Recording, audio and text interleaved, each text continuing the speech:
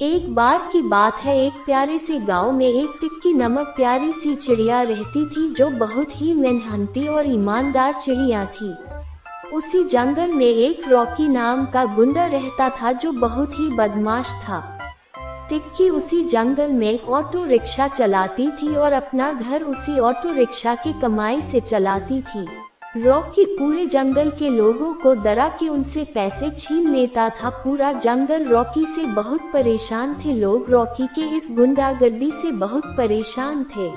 एक बार टिक्की अपने घर आ रही थी। रास्ते में रॉकी और उसके गुंडों ने टिक्की को रोक लिया और पैसे छीनने की कोशिश की, पर टिक्की बहुत ही बहादुर थी, वो वहां से भाग गई। जब टिक्की और गांव के लोगों के उसका विरोध किया तो रॉकी को बहुत गुस्सा आया और वो टिक्की को जान से मारने के बारे में सोचता है। रॉकी और उसके गुंडों ने टिक्की को पकड़ के एक पेड़ से बांध दिया और बहुत मारा, पर तब तक गांव में लोग पुलिस को बता देते हैं रॉकी के बारे में।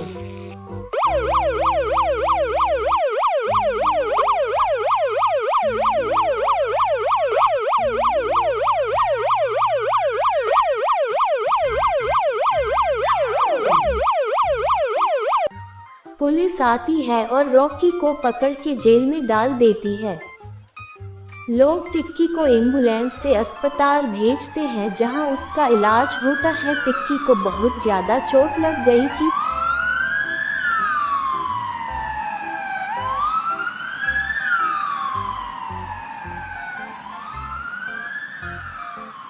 पर टिक्की सही हो जाती है और रॉकी को जेल हो जाता है। शीर्षक: समोसे वाली चिड़िया।